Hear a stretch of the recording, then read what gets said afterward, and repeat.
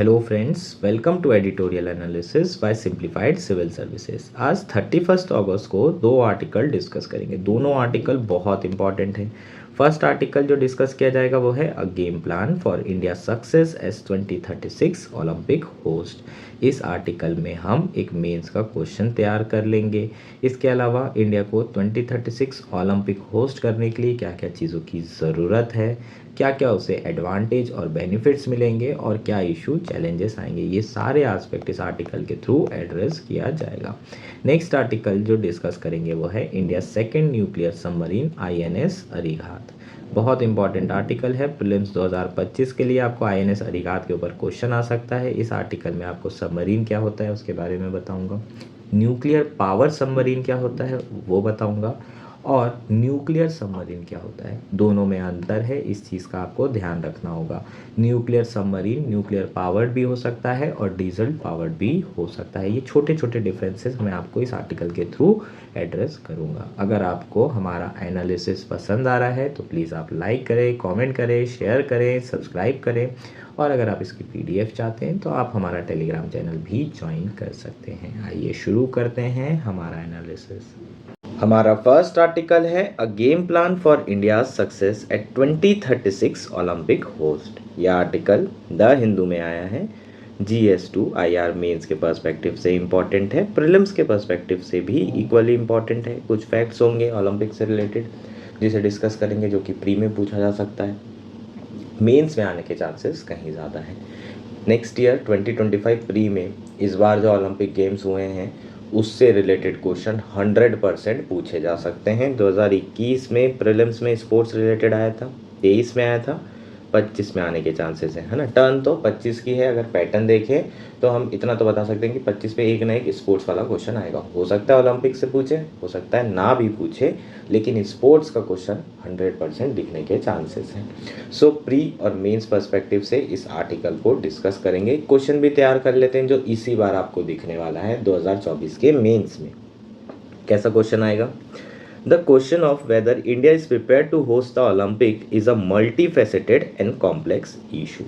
State your opinion on India's readiness to host the Olympics in future.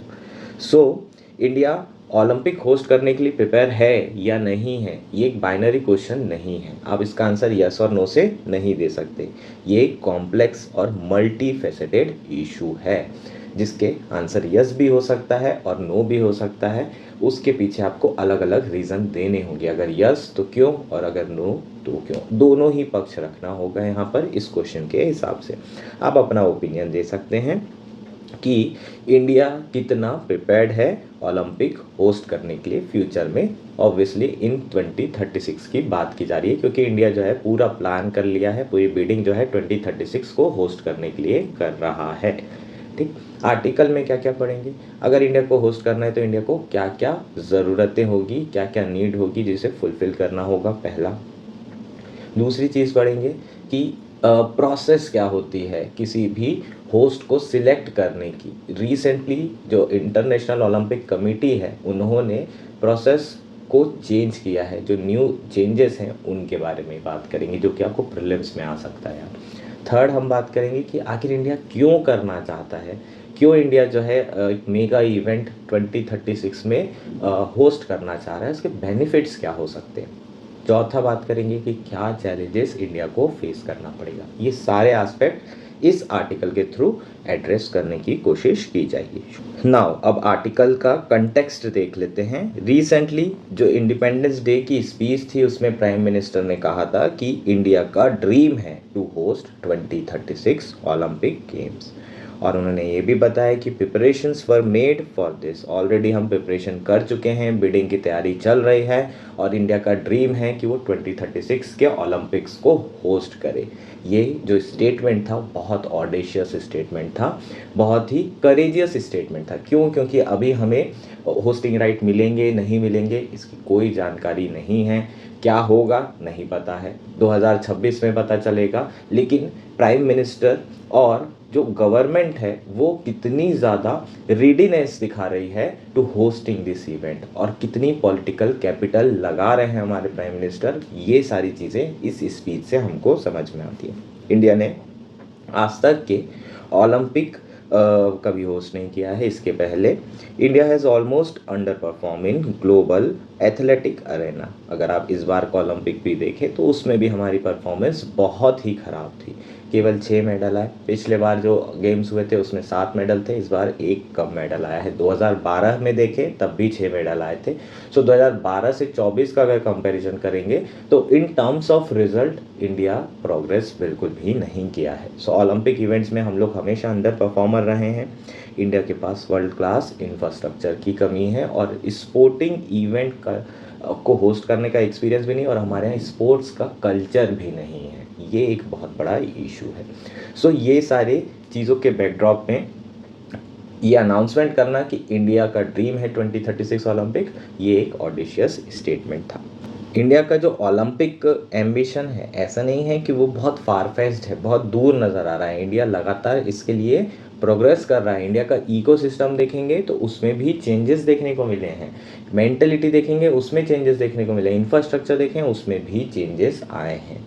ठीक, mentality क्या है India में? India की सिंपल मेंटलिटी है, पढ़ो लिखो बनो नवाब, खेलो कूदो बनो खराब। आईआईटी में पढ़ेंगे तो ज़्यादा रिस्पेक्ट मिलेगी, यूपीएससी में सिलेक्ट होंगे तो सोशल स्टेटस बढ़ जाएगा। हर चीज़ में जब आपको रिस्पेक्ट मिल रही है वो पढ़ाई से या फिर आपके पैसे अर्न करने से मिल रही है। अगर आप स्पोर्ट्स इवेंट में क्रिकेट को हटा दें तो किसी भी स्पोर्ट्स इवेंट में आप अच्छा कर लो, आपको सेम रिस्पेक्ट नहीं मिलेगी। लेकिन थोड़ा थोड़ा हमें इसमें चेंज देखने को मिल रहा है। अगर आप ओलंपिक्स जाते हैं, वहाँ पर आप मेडल लेकर आते हैं, तो अब आपको भी उतनी ही रिस्पेक्ट मिलेगी जितना कि आईआईटी का या फिर यूपीएससी में सिलेक्ट होने वाले बच्चे को मिल रही है। और ऑलमोस्ट सेम रिस्पेक्ट एंजॉय कर रहे हैं अभी स्पोर्ट्स पर्सन भी। और इस समय इंडिया में जो स्पोर्ट्स एंगेजमेंट है वो भी ऑल टाइम हाई लेवल पर है। सो ऐसा नहीं कि ये ड्रीम बहुत फारफेच्ड है, लेकिन डिफ़िकल्ट बहुत होगा। अगर इंडिया को ओलंपिक बिड में सक्सेसफुल होना है तो कहीं ना कहीं उन्हें कंट्री के अंदर कंसेंसस बनाना होगा और कंट्री के बाहर भी कंसेंसस बनाना होगा। सो बियॉन्ड द बॉर्डर्स और इनसाइड द बॉर्डर कंसेंसस बनाना बहुत ज़रूरी है, तभी आप ओलंपिक बिड में सक्सेसफुल हो पाएंगे। इस लाइन को अभी आगे भी समझेंगे और बेहतर तरीके से मैं आपको एक्सप्लेन करूंगा। इसी लाइन के ऊपर पूरा का पूरा आर्टिकल भी आया है। अब इंडिया को क्या क्या ज़रूरत पड़ेगी ओलंपिक होस्ट करने के लिए? सबसे पहले तो ह्यूज इंफ्रास्ट्रक्चर है ना। आपको इंफ्रास्ट्रक्चर, वर्ल्ड क्लास इंफ्रास्ट्रक्चर की बहुत ज़्यादा ज़रूरत है और इसके लिए आपको बहुत ज़्यादा पैसा खर्चा करना पड़ेगा। Huge sum of money require होगा। फाइनेंशियल बर्डन बहुत ज़्यादा बढ़ सकता है, ये एक चैलेंज भी बन सकता है। और तीसरा, consensus with in the border and outside of it. ये तीनों पर हम चर्चा करेंगे, डिटेल में बात करेंगे। सबसे पहले ये देख लेते हैं कि बेनिफिट्स क्या क्या होंगे। अगर इंडिया ने होस्ट कर लिया ओलंपिक तो क्या मिल जाएगा इंडिया को, है ना। तो ये देख लेते हैं कि एडवांटेज और बेनिफिट्स या फिर बेनिफिट्स और क्यों हमें होस्ट करना चाहिए। सबसे पहले Olympic medium for enhancement of soft power. तो बेसिकली जो ओलंपिक है ये एक तरीके से एक मीडियम है जिसके थ्रू हम अपनी सॉफ्ट पावर को एनहांस कर सकते हैं। ब्राज़ील, साउथ अफ्रीका, ऑलरेडी ये इमर्जिंग कंट्रीज़ हैं जो कि ओलंपिक होस्ट कर चुकी है। इंडिया ने आज तक नहीं किया है। सो अपनी सॉफ्ट पावर एनहांसमेंट के लिए इंडिया स्पोर्ट्स इवेंट होस्ट कर सकता है। सो ये एक बहुत बड़ा बेनिफिट होगा। To elevates its position in world politics. Recently G20 India ने होस्ट किया था, सक्सेसफुली होस्ट किया था। वर्ल्ड को दिखा दिया था कि हम भी हैं, हम भी उस स्टेज पे आ गए हैं जहां सारी पावर्स को हमें सीरियस लेना चाहिए। और 2036 का ये जो ओलंपिक्स होगा, अगर हम इसे होस्ट करते हैं तो बेसिकली हम अनाउंस कर रहे हैं कि अब हम सुपर पावर बनने के तरफ हैं। सो एक तरीके से अपनी जो पोजीशन है ऑल ओवर द वर्ल्ड, जो पावर पॉलिटिक्स है उसमें अपनी पोजीशन स्ट्रेंथन करने में इंडिया को मदद मिलेगी। थर्ड क्या है? Push to India's sporting culture. जब आप ये इवेंट करेंगे तो आपको वर्ल्ड क्लास इंफ्रास्ट्रक्चर डेवलप करना ही पड़ेगा। यही वर्ल्ड क्लास इंफ्रास्ट्रक्चर आपके स्पोर्ट्स पर्सन को काम आएगा। इंडिया में बेसिकली स्पोर्टिंग कल्चर डेवलप होगा। सारे स्पोर्ट्स पर्सन को एक तो बेस्ट इंफ्रास्ट्रक्चर मिलेगा जहाँ वो बेहतर तैयारी कर पाए। दूसरा, बहुत सारे जो मेंटलिटी इश्यूज हैं वो भी रिजॉल्व होंगे। जब इतना बड़ा इवेंट होस्ट करेंगे तो बाहर दुनिया तो देखेगी, अपना देश इतना बड़ा एक सब कॉन्टिनेंट के बराबर है। सो वो पूरा का पूरे जो लोग होंगे वो भी एंगेज होंगे। कहीं ना कहीं मेंटलिटी चेंज आने के चांसेस भी हैं। सो ये हमारा थर्ड बेनिफिट होगा। और obviously promotion of infrastructure and tourism, जब आप होस्ट करोगे तो करोड़ ऑफ लोग यहाँ पर देखेंगे, सिटीज़ में आएंगे जहाँ पर ये इवेंट होस्ट हो रहे होंगे, बाहर से भी आएंगे और इंडिया के अंदर से भी आएंगे। सो बहुत सारे लोग जो आज तक दिल्ली नहीं गए हैं साउथ इंडिया से, वो दिल्ली आएंगे, जो तमिलनाडु नहीं गए हैं, चेन्नई नहीं गए हैं, वो चेन्नई जाएंगे। सो इंडिया के अंदर टूरिज्म बढ़ेगा और इंडिया के बाहर से भी लोग आएंगे। सो इंडिया को बेनिफिट्स, इमेंस बेनिफिट हो सकते हैं अगर इंडिया ये ओलंपिक गेम होस्ट करता है तो। ठीक, अब बात करते हैं कि ये इतना आसान क्यों नहीं है। कि जो आपकी प्रोसेस है ऑफ होस्ट बिडिंग, उसमें 2019 में चेंजेस आए थे और इसे काफ़ी टफ और ट्रांसपेरेंट दोनों ही बनाया गया है। 2019 में जो process of for host bidding है, इसमें रिफॉर्म्स किया गया था इंटरनेशनल ओलंपिक कमेटी के द्वारा after allegation of corruption were made in connection with the award of 2016 Rio and 2020 Tokyo games. So 2016 में और 2020 में जो होस्ट को चूज़ करने की प्रोसेस थी, उसमें काफ़ी सारे आरोप लगाए गए थे कि ये जो प्रोसेस है ये ट्रांसपेरेंट नहीं है, ये होस्ट को चुनने में करप्शन हुआ है। ये सारी चीज़ें होने के बाद 2019 में कंप्लीट प्रोसेस को ओवरहॉल किया गया, उसमें रिफॉर्म किया गया, उसे टफ बनाया गया, उसे ट्रांसपेरेंट बनाया गया, उसे अकाउंटेबल बनाया गया। ठीक, सो इसलिए इंडिया के लिए ये इतना आसान नहीं होगा। पहली बार इस प्रोसेस को यूज़ किया गया 2021 में, और जो कंट्री है 2032 ओलंपिक के लिए ऑस्ट्रेलिया चूज़ की गई। ब्रिस्बेन जो है होस्ट करेगा 2032 का ओलंपिक गेम। अब 2036 के लिए जो प्रोसेस शुरू होने वाली है वो चल रही है, और 2026 में डिसाइड होगा कि 2036 का जो ओलंपिक है वो कौन होस्ट करेगा। जो रिफॉर्म्स किए गए हैं उसमें ये भी डिसाइड किया गया है कि एटलीस्ट 7 ईयर्स के पहले ये डिसाइड किया जाएगा कि कौन इसे होस्ट करेगा। ठीक, the contender cities are now engaged in confidential exchange by the future host commission, a dedicated body set up by the International Olympic Committee. So reforms करने के बाद एक बॉडी बनाई गई जिसका नाम है फ्यूचर होस्ट कमीशन। ये फ्यूचर होस्ट कमीशन हमेशा डायलॉग प्रोसेस में रहता है, किसके साथ? जो एंगेज कर रही है कंट्रीज, जो बिड करना चाहती है। लेट्स से कि 4-6 कंट्रीज हैं जो कि बिडिंग प्रोसेस में इन्वॉल्व हो रही है, तो उन लोग सबसे पहले अपना एप्लीकेशन होगा वो फॉरवर्ड करेंगे। उसके बाद उनसे लगातार डायलॉग में कौन रहेगा? Future host commission. Future host commission का मेन पर्पस क्या है?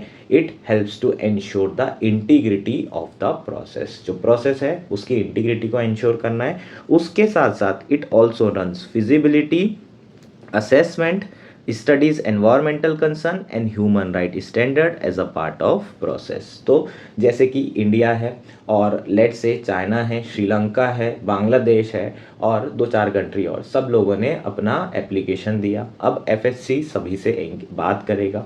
उसके बाद इंडिया के ह्यूमन राइट्स के जो रिकॉर्ड है उसे चेक करेगा। उसके बाद एनवायरमेंटल कंसर्न्स क्या क्या हो सकते हैं उसे चेक करेगा। जब इंडिया अपनी एप्लीकेशन देगा तो इंडिया उसमें सिटीज़ डाल के देगा कि भाई हम इस सिटी में करेंगे, इस सिटी में आप जब करने के लिए जाएंगे तो आपको कितना पैसा लगेगा, क्या आपके पास एग्जिस्टिंग इंफ्रास्ट्रक्चर है या फिर आप पूरे नए इंफ्रास्ट्रक्चर डेवलप करेंगे, उसमें कितना पैसा खर्च आएगा, उसके लिए एनवायरमेंटल इश्यूज़ क्या क्या होंगे।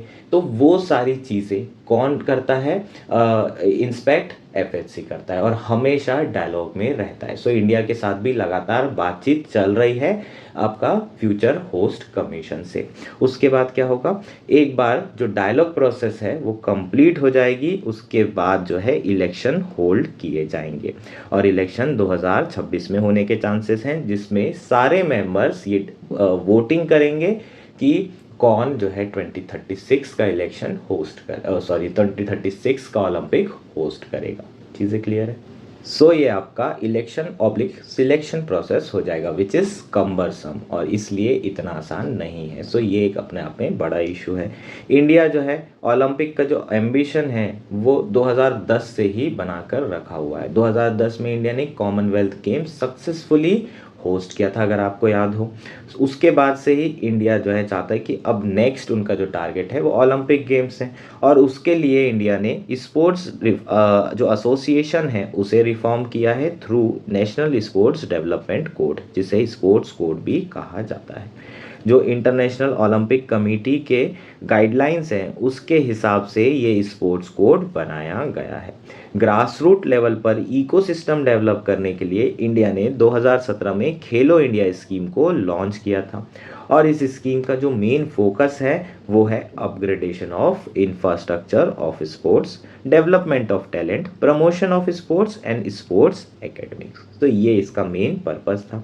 और खेलो इंडिया राइजिंग टैलेंट के अंदर बेसिकली जो टैलेंट है उनका आइडेंटिफिकेशन किया जाता है ओलंपिक्स के लिए। 9 से 18 साल के जो बच्चे हैं उन्हें आइडेंटिफाई करते हैं, और उसके बाद जो सरकार होती है उन्हें सपोर्ट करती है, और फिर उन्हें ओलंपिक्स में भेजा जाता है। और इस बार का जो पेरिस ओलंपिक्स था उसमें 28 इंडियन एथलीट्स ऐसे थे जो कि खेलो इंडियन एथलीट्स थे, और इसलिए बहुत सारे लोग इस बार इंडिया के परफॉर्मेंस से डिसअपॉइंट भी हुए हैं, क्योंकि सरकार ने इन एथलीट्स के ऊपर बहुत पैसा खर्चा किया है, उसके बावजूद भी मेडल लेकर ये लोग नहीं आए हैं। वर्ल्ड क्लास फैसिलिटीज़ दी इन्हें, जो हो सकता था सरकार ने वो सब प्रोवाइड किया, उसके बावजूद भी रिजल्ट जो है उतना अच्छा नहीं आया है। स्पेशली जो लक्ष्य सेन है उनके अगेंस्ट में प्रकाश पादुकोण ने एक ट्वीट किया था। उन्होंने बोला था कि वर्ल्ड क्लास फैसिलिटी देने के बावजूद भी जो आपके एथलीट्स हैं वो परफॉर्म नहीं कर रहे हैं, और उनको हीरो बनाना बंद करिए, है ना। उन्हें क्रिटिसाइज करना उतना ही ज़रूरी है, क्योंकि उन्हें सब कुछ सरकार दे रही है, उसके बावजूद भी वो अंडर परफॉर्म कर रहे हैं, वहाँ पर जाकर बॉटल अप कर दे रहे हैं।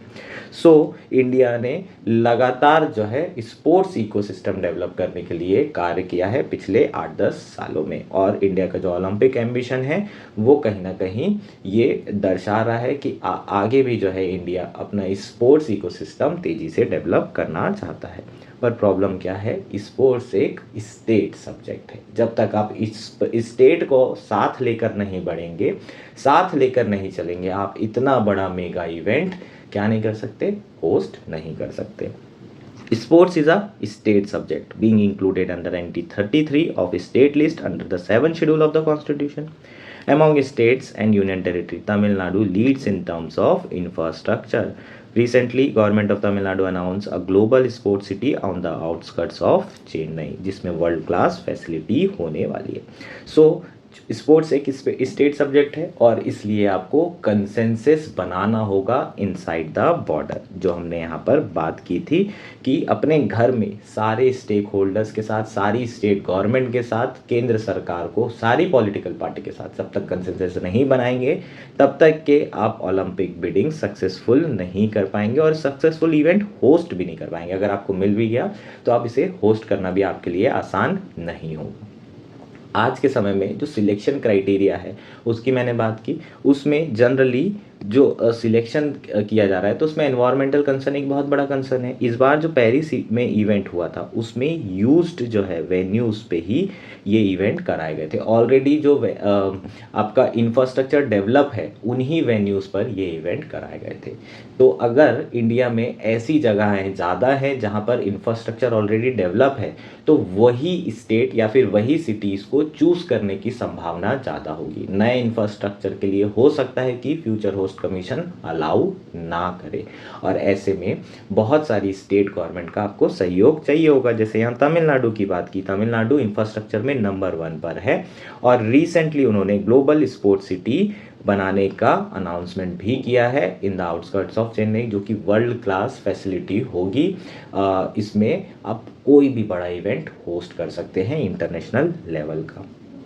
तमिलनाडु बीच स्पोर्ट्स के लिए भी जाना जाता है। Kovalam, a coastal town of Chennai, has been hosting international surfing event. Chennai hosted an international beach volleyball tournament in 2010 and international sailing regatta in 2014.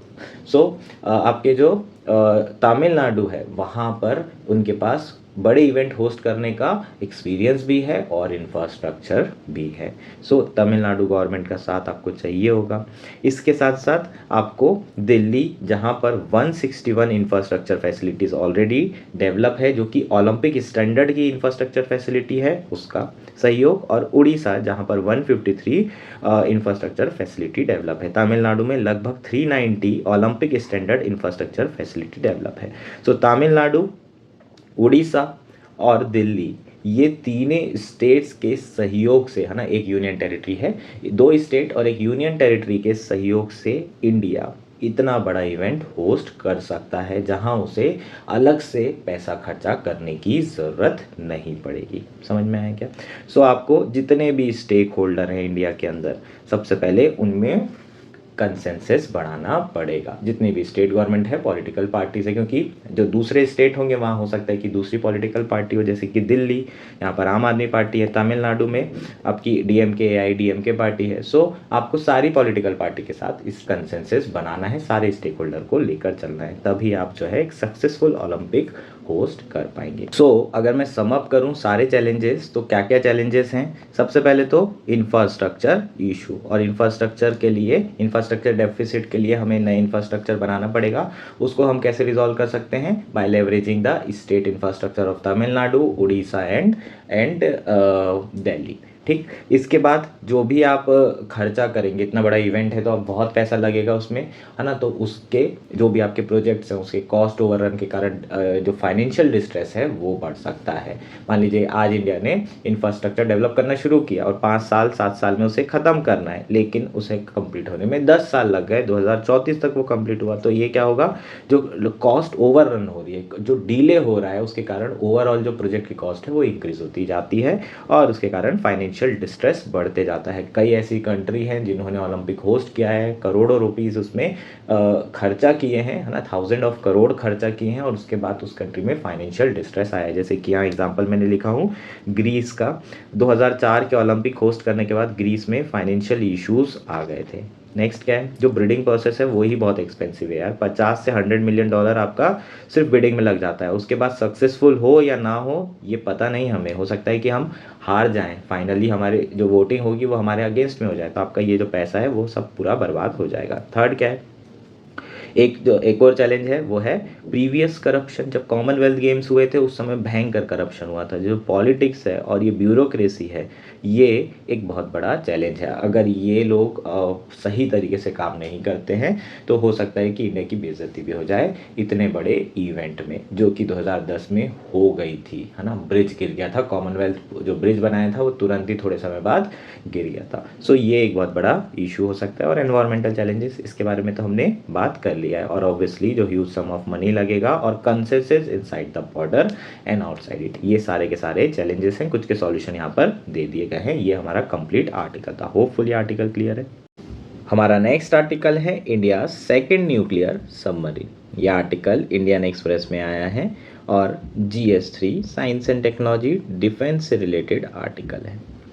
Mains के पर्सपेक्टिव से उतना इम्पॉर्टेंट नहीं है, प्रीलिम्स के पर्सपेक्टिव से ज़्यादा इम्पॉर्टेंट है।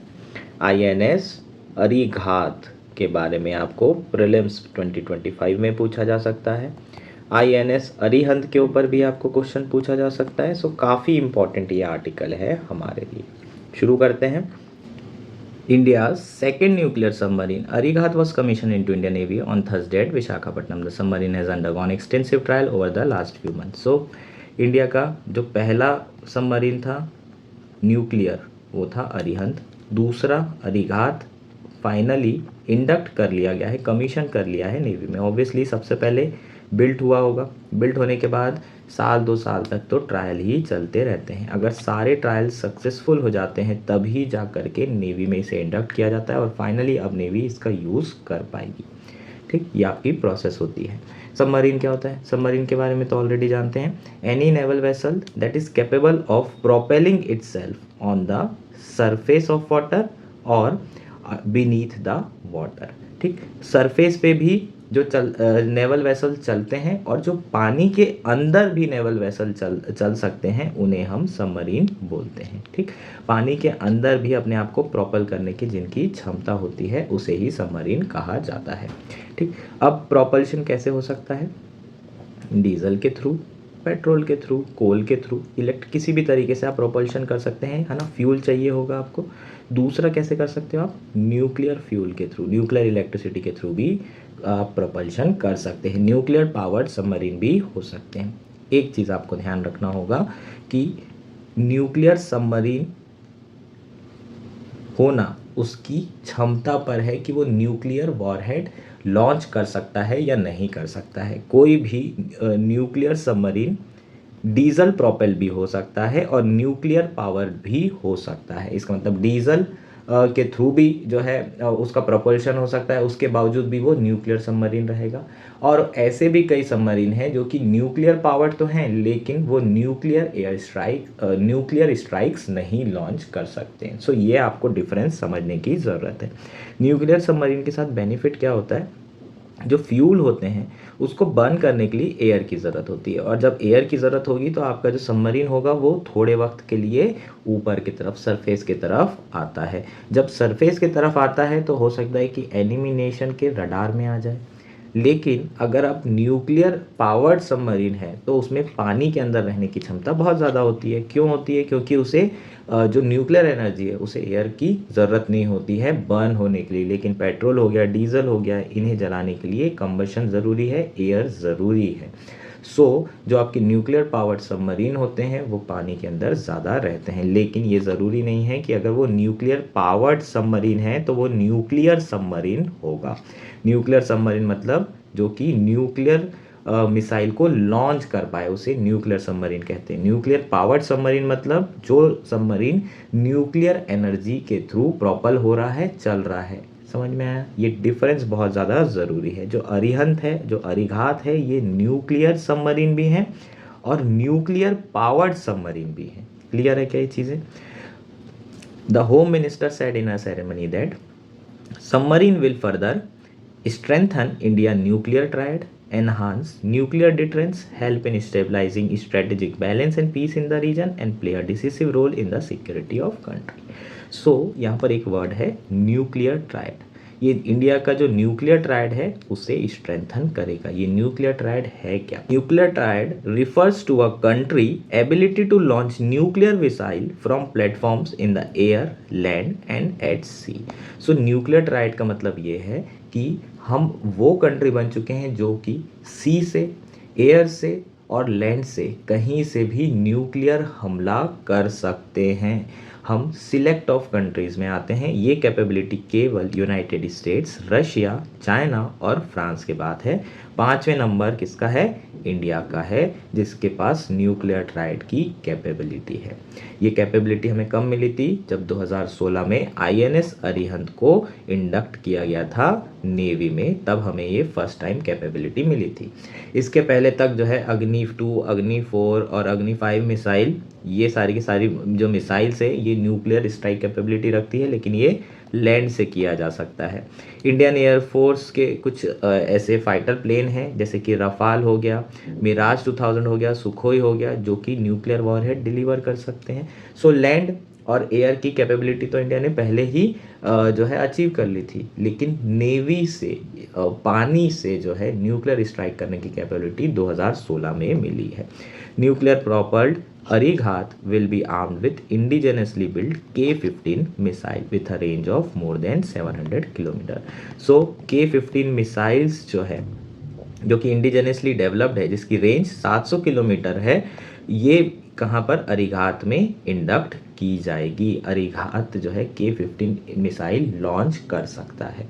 Arighat is powered by 83 megawatt pressurise light water nuclear reactor, ये मैंने आपको अभी बता चुका हूँ, which allow it to remain submerge and undetected for much longer than conventional diesel electric submarines. ठीक है। Arihant is significantly more technologically advance than Arihant. Obviously जैसे जैसे आप है ना अगला बनाएंगे तो वो और ज़्यादा टेक्नोलॉजिकली एडवांस होगा। जो आपका लेटेस्ट टेक्नोलॉजी होती है उसका यूज़ करके अरिहंत को बनाया गया है। चाहे डिज़ाइन देख लें हम, चाहे मैन्युफैक्चरिंग टेक्नोलॉजी देख लें, सब कुछ एडवांस यूज़ किया गया है और इंडिजिनसली इसे तैयार करने की कोशिश की गई है। It has the distinction of having indigenously system and equipment which were कंसेप्चुअलाइज्ड, design, manufactured and integrated by Indian scientist in industry and the naval personal. Now Arihant के बारे में थोड़ा सा बात कर लेते हैं और इसके अलावा जो करंट स्टेटस है इंडियन नेवी का उसके बारे में बात करेंगे, उसकी स्ट्रेंथ के बारे में बात करेंगे। अरिहंत के बारे में बात करें तो इंडिया के जो न्यूक्लियर सबमरीन प्रोजेक्ट है उसकी शुरुआत 3 डिकेड पहले ही हो गई थी। डीआरडीओ और कुछ प्राइवेट प्लेयर प्लस रशिया ने मदद किया तो इंडिया ने आईएनएस अरिहंत 2009 में लॉन्च किया। 2016 में इसे नेवी में कमीशन किया गया और 2022 में इसने सक्सेसफुली लॉन्च किया मिसाइल को। 2018 में पहला डिटरेंस पेट्रोल अरिहंत के द्वारा किया गया था। अब स्टेटस देख लेते हैं बाकी कंट्रीज़ का कि कौन सी कंट्री के पास कितनी सबमरीन है। यूनाइटेड स्टेट्स की बात करें सबसे ज़्यादा यूनाइटेड स्टेट्स के पास है शिप, सबमर्सिबल, बैलिस्टिक और nuclear submarines. Total 14 Ohio class SSBN United States के पास है। 53 फास्ट अटैक सबमरीन्स हैं। चाइना के पास 12 न्यूक्लियर सबमरीन हैं of which 6 are nuclear powered attack submarine. So nuclear power का मतलब आपको समझ में आया, जो न्यूक्लियर के थ्रू प्रोपेल हो रही है तो सारी 12 की 12 न्यूक्लियर सबमरीन, लेकिन 6 ऐसी है जो कि न्यूक्लियर एनर्जी से प्रोपल्शन उनका हो रहा है। इसका मतलब 6 ऐसी है जो पानी के ऊपर बहुत कम आपको दिखाई देगी क्योंकि पानी के अंदर रहने की क्षमता ज़्यादा है। इंडिया के पास अभी 2 न्यूक्लियर सबमरीन है कंपेयर टू चाइना, उनके पास 12 है। India navy also has 16 conventional submarine in service. 7 kilo Sindhu Ghosha class, 4 Shishumar class and 5 French scorpion Kalwari class attack submarine. So total अभी 16 है और ये 2 न्यूक्लियर सबमरीन हो जाएगी तो टोटल मिला के 18 हो जाएगी। जो आपका diesel electric kilo class submarine है ये इंडिया ने यूएसएसआर की मदद से 1980s ऑनवर्ड्स जो है इसे डेवलप करना शुरू कर दिया था। शिशुमार क्लास सबमरीन है उसे जर्मनी की मदद से डेवलप किया गया था और 1980 ऑनवर्ड्स जो है उसे कमीशन किया जा रहा है। कलवारी क्लास के बारे में तो ऑलरेडी पता है, जो रीसेंट है, जिसे इंडियन मजगांव डॉक बिल्ड कर रहा है और फ्रांस नेवल ग्रुप के साथ ये पार्टनरशिप में बनाया जा रहा है। बेसिकली जो डिज़ाइन है वो सब फ्रांस ने दी है और इंडिया में उसे इंडिजिनसली बिल्ड किया जा रहा है ना। आईएनएस कलवारी जो है कमीशन किया गया था 2017 में। उसके बाद 5 ऐसी सबमरीन डेवलप हो चुकी है। टोटल 6 सबमरीन का ये प्रोजेक्ट है और 6वीं अभी आने वाली है। To carry out full spectrum of operation, the Navy are authorized to have 18 submarine, a milestone that has been achieved. So 18 submarine हो चुकी है। अब नेवी जो है फुल स्पेक्ट्रम ऑपरेशन कर सकती है, लेकिन प्रॉब्लम क्या है, हर वक्त 30% जो आपकी फ्लीट होती है वो मेंटेनेंस के लिए जाती है। सो 18 में से 30% अगर आप हटा देते हैं तो आपकी 13 या 14 ऐसी सबमरीन होगी जो ऑपरेशनल होगी, जो इंडिया की स्ट्रेंथ को कम कर देगा, इरोड कर देगा। सो इंडिया को कम से कम 4-5 सबमरीन और ज़रूरत है, तब इंडिया अपनी फुल कैपेसिटी के साथ ऑपरेशन कर पाएगा, नेवी ऑपरेशन कर पाएगी। ये कंप्लीट आर्टिकल था। That's it for today. Thank you and enjoy your day.